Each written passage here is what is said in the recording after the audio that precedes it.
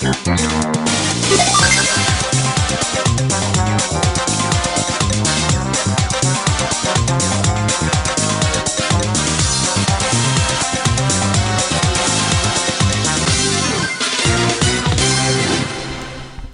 everybody, I'm Andy or WWW Thank you for stopping by in this video. Smash Bros. 4 are soon among us. The Wii U version is coming out in just a few months and the 3DS version is already released.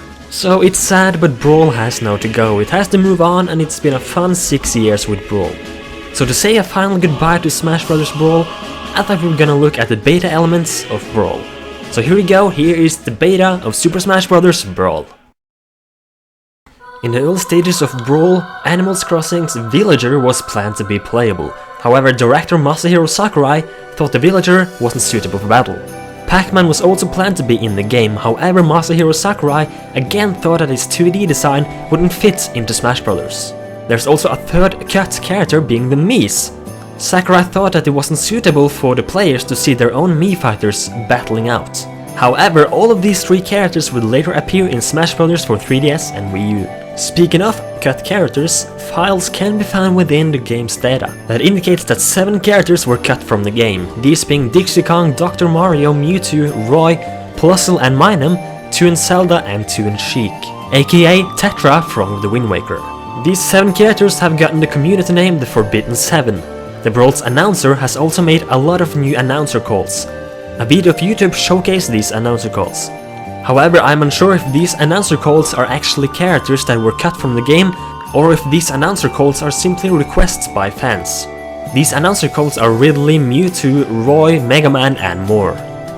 In the E3 2006 trailer for Smash Bros. Brawl, we could see Kirby using his side special in air. And in this trailer, Kirby used his melee version of the side special, however it was changed in the last version of Brawl.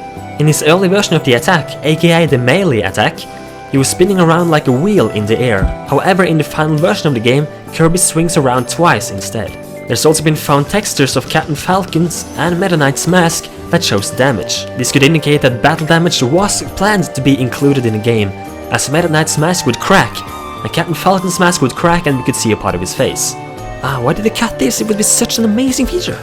There are several enemies and assist trophies that were cut. One of them is Ridley, who was planned to be an assist trophy, but he was removed most likely because he was going to be a boss instead.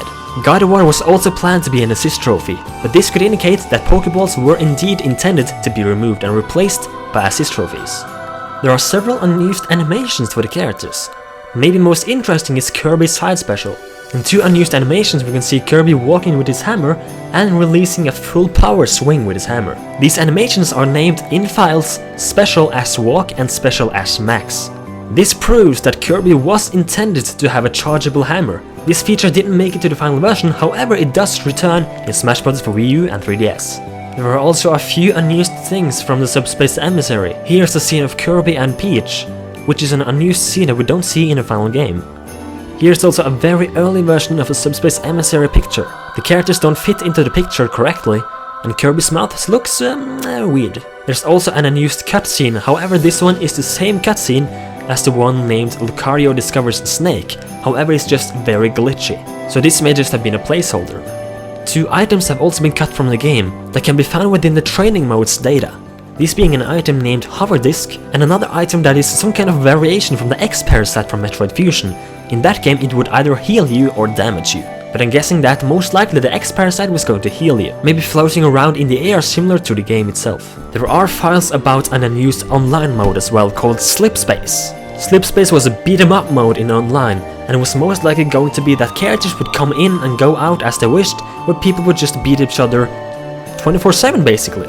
This was removed, and according to the file it was only going to be playable with anyone and not with friends. Also, it is believed that every single-player mode was planned to be an online mode. This is because breaking the targets, all-star, event matches and more can be found within the online data. In the Japanese version of Smash Bros. Brawl, in the Masterpieces menu, where you can play demos of old titles, the Japanese version have demos of Fire Emblem, Moshu no Nasu, and Earthbound. However, these 2 titles didn't make it into the national versions.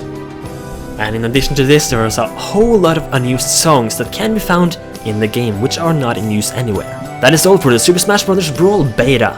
Thank you so much for watching this video. If you could drop a like rating on this video, it would be greatly appreciated. And you can also click a subscribe button to stay up to date with all the videos I upload. And again, thank you so much for watching, and I will see you all guys online in Smash Bros. 4. Thanks.